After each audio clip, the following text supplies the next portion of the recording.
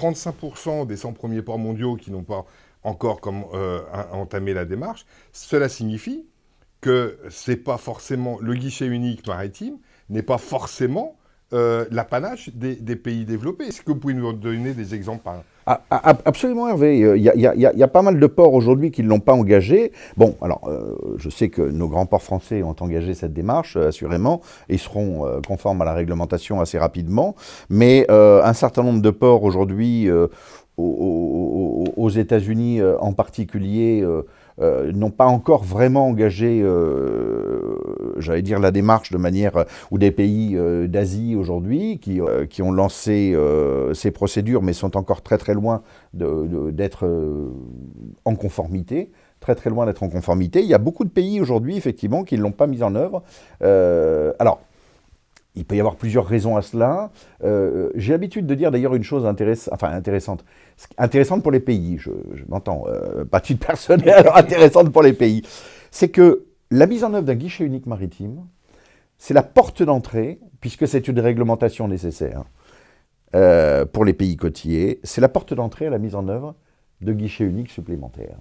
C'est-à-dire qu'il sera intéressant que les pays qui se dotent aujourd'hui d'un guichet unique maritime aient une réflexion plus profonde sur le fait de mettre en œuvre des guichets uniques qui vont embrasser un Port Operating System, un guichet unique qu'on appelle réglementaire, c'est-à-dire qui va prendre en considération les problématiques d'autorisation, de permis et autres pour importer une marchandise.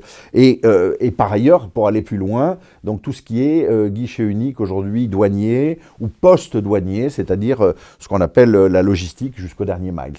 Donc il faut que, je pense, que finalement cette dynamique qui s'engage sur les guichets uniques maritimes ouvre la porte, ouvre la voie à un certain nombre d'autres concepts et que finalement on engage des guichets uniques de manière modulaire. Ce guichet unique maritime sera la porte d'entrée à d'autres guichets uniques. Inversement, les pays qui aujourd'hui ont déjà un guichet unique dans leur pays, que ce soit, comme je le disais, ou un Port Operating System, comme pour reprendre les choses en Afrique, par exemple, pour la Côte d'Ivoire, qui a aujourd'hui un Port Operating System et un guichet unique réglementaire, ils iront plus facilement sur le guichet unique maritime. Parce que, si je puis dire, tous les processus sont là. Et même les problématiques, j'allais dire, non seulement de processus, mais de procédures et d'engagement technologique. La technologie, c'est le moyen, c'est l'unité de mesure, mais finalement, un guichet unique, c'est d'abord une problématique de gestion du changement.